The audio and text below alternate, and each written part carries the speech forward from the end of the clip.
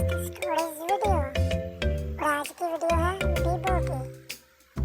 Vivo जो कि अपने 3 दोस्तों के साथ अपने घर जाता है और वो अपने दोस्तों के साथ बातें करता है। तब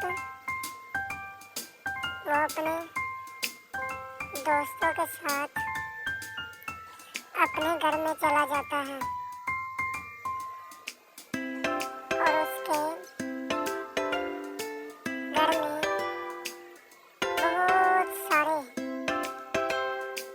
अच्छे फल लगे हुए होते हैं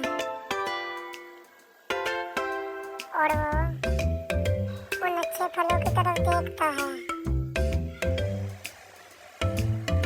और बीबो फिर सोचता है कि मैं इस फल को खाऊं या ना खाऊं। तब वो उस फल को अपने हाथों पर उठा लेता है और वो उसे खाता है और वो जब उस फल को खाता है तो उसका दांत टूट जाता है। अगर आपको ये वीडियो अच्छी लगी तो वीडियो को लाइक और सब्सक्राइब